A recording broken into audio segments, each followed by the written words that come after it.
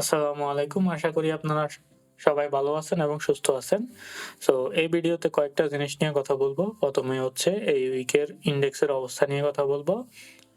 এরপরে হচ্ছে আপনার এই উইকের মধ্যে টপ গেইনার এবং লুজার যেগুলো আছে ওইগুলো নিয়ে কথা বলবো।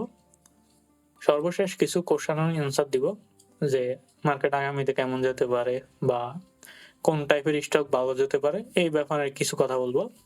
সো চলুন শুরু করা যাক।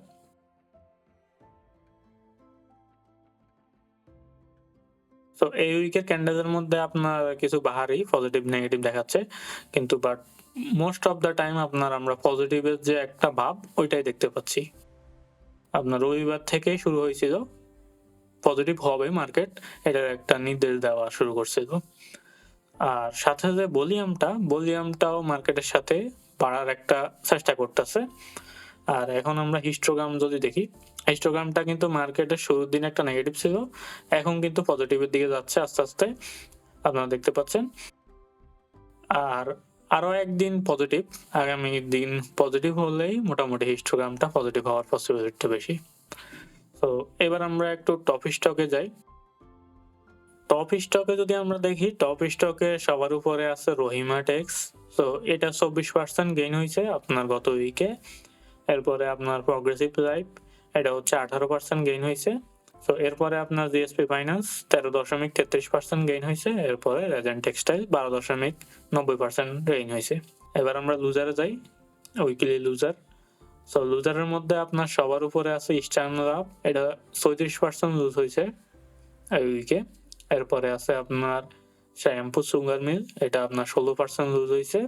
তো এরপরে আছে ফিয়ারেস্ট ফাইন্যান্স, এটা হচ্ছে 13% লুজ হয়েছে। সো এটার আসলে কিছুই নেই, আপনারা দেখতে পাচ্ছেন কয়েক পয়সা।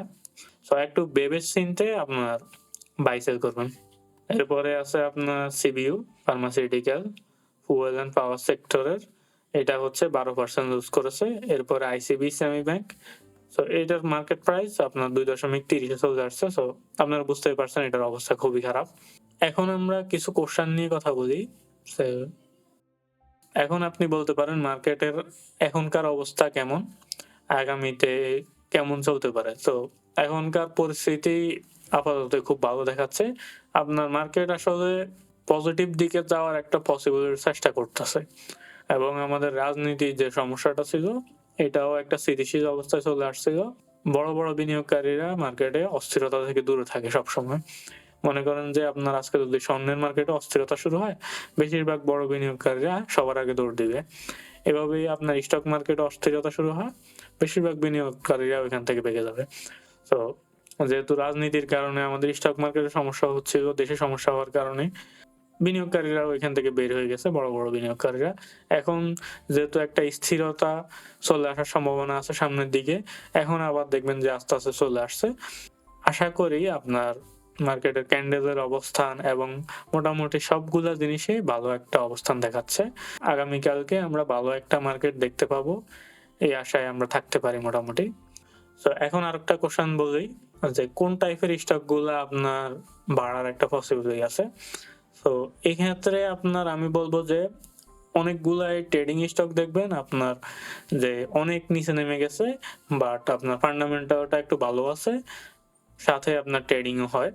সো ওই টাইপের গুলা দেখবেন যে আপনার ভালো যাবে। হয়টা কি, আপনার যখন মার্কেট অস্থিরতা শুরু হয় তখন ট্রেডিং স্টকের টাকাগুলা আপনার যেগুলা স্থিতিশীল স্টক ওইগুলাই চলে যায়। যখন আপনার মার্কেটে আবার স্থিতিশীলতা চলে আসে তখন আপনার স্থিতিশীলতার টাকাগুলা ট্রান্সফার হয়ে ট্রেডিং স্টকে চলে যায়। তো ট্রান্সফারের সময় আপনার ধরেন যে ট্রেডিং স্টকের প্রাইস ওইটা একটু বেড়ে যায় আর কি। সো এইদিকে একটু খেয়াল রাখতে পারেন। তো এটাকে আপনি আপনার অ্যাডভান্টেজ হিসাবে ইউজ করতে পারেন। তো আজ এই পর্যন্তই। ধন্যবাদ সবাইকে। আসসালামু আলাইকুম।